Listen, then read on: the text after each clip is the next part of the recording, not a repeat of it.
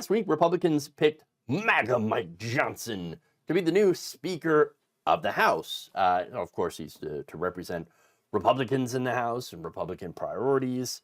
And of course, since that decision, since that vote, a lot of stuff has come out about who Mike Johnson is and the positions that he's supported.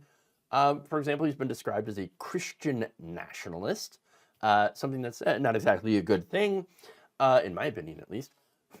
Someone who supported Trump's efforts to undermine democracy, is also massively anti-abortion, which is out of step with the rest of the country, anti-LGBTQ, which is out of step with the rest of the country, and overall anti-freedom. And this guy is supported the case, Lawrence v. Texas, fought against the repeal of that, which again, it's basically Lawrence v. Texas struck down anti-sodomy laws. It says you can't have that anymore. And so this guy, Mike Johnson, was against people getting blowjobs. I mean, that counts as sodomy, right?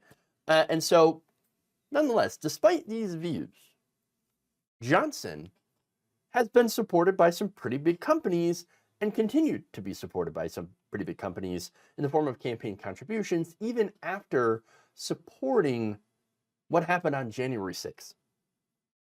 So part of his job as House Speaker involves raising hundreds of millions of dollars for the National Republican Congressional Committee and the Congressional Leadership Fund, the House Republicans' super PAC. Now, the two groups raised a combined $550 million last cycle under Kevin McCarthy. And of course, the reason that Kevin McCarthy was in that job at all is because he could raise money. And so, look, they want to keep this going, okay? They want to keep the money spigot going. But you would think that someone with Mike Johnson's history of past hateful statements and support of, the insurrection, that these companies might be thinking, maybe we might want to hold off on this and not give to the Republicans and not give to this guy specifically. Well, unfortunately, that's not going to happen. According to Politico, Jeff Miller, a corporate lobbyist close to former Speaker Kevin McCarthy, is fundraising for Johnson, and already K Street is apparently lining up to open their wallets for Johnson and the Republicans. In fact, here are some of the donors, previous donors to Johnson. Walmart. So, look, Walmart says, we're for LGBTQ plus rights, we're for reproductive rights for our employees, we're going to help them out, we're going to help them get access to these reproductive rights. We're also against what happened on January 6th. It was such a terrible thing that, you had these Republicans that came up and tried to usurp democracy and tried to vote against the certification, of President Joe Biden, who won the election legitimately. We can't have that. We can't be giving money to these people, right? These insurrectionists. Oops, except that they are.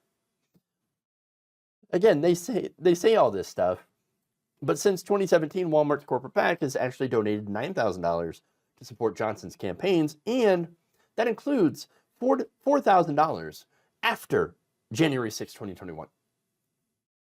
Ooh, we can't support people who support insurrectionists. Oops.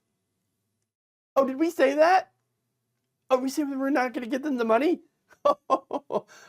but we did. But we did. After January 6th, Walmart had made the announcement in light of last week's attack in the U.S. Capitol. Walmart's Political Action Committee is indefinitely suspending contributions to those members of Congress who voted against the lawful certification of state electoral college votes. Indefinitely, until we decide that we want to give to a chief insurrectionist. Again, Walmart has, continued financially supporting Johnson and other Republicans, as I mentioned. What other companies? AT&T. It's the next one. They also condemned January 6th, promised not to fund any member of Congress who voted against the certification of electoral college votes, and of course made the same promises to, we care so much about the LGBTQ plus community and diversity and inclusion, and we stand against hate, and we stand for women's reproductive rights, and yet since 2017, AT&T's corporate PAC donated $21,000 to Johnson, including $5,000 after January 6, 2021. And then we have Meta, also at the time known as Facebook, who did the same thing. They were caught donating $4,000 to Johnson's campaign, including a $2,000 donation on September 23rd, 2023. So just recently.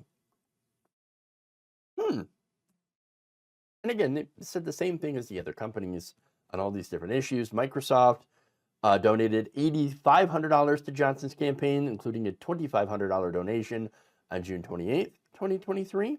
All of those companies vowed not to support insurrectionists, people who voted against certification. Microsoft even pledged to promote and join a conversation with other businesses and organizations that want to strengthen democracy.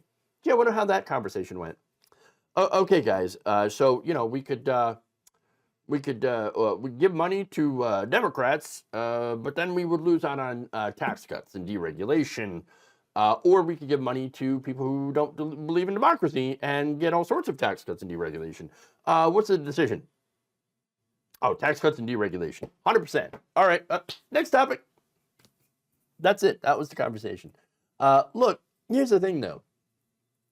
Johnson wasn't just someone who voted against certification. So let me be very clear about his, what he did. He led the charge. He personally emailed all the Republicans in the House to urge them to support an amicus brief supporting a lawsuit urging the Supreme Court to invalidate the election results in Georgia, Pennsylvania, Wisconsin, and Michigan, undermining all of those voters and democracy overall.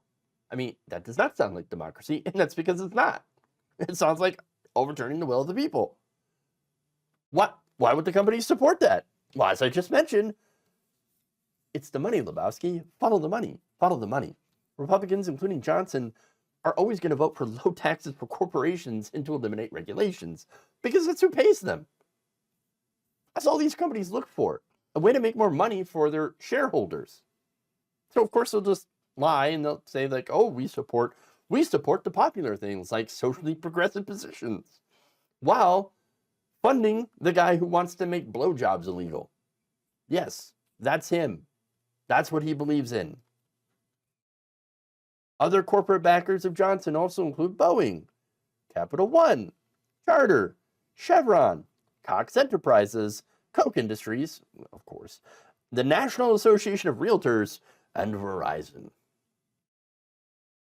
Look, it shouldn't be at all surprising to see these companies, and their representatives speak out of both sides of their mouths when it comes to, on the one hand saying, oh, we're in favor, we're going to protect LGBTQ plus rights and we're going to do all the support that we can, blah, blah, blah, while also funding, again, the worst people in the world and our government, the biggest right-wing extremists they can.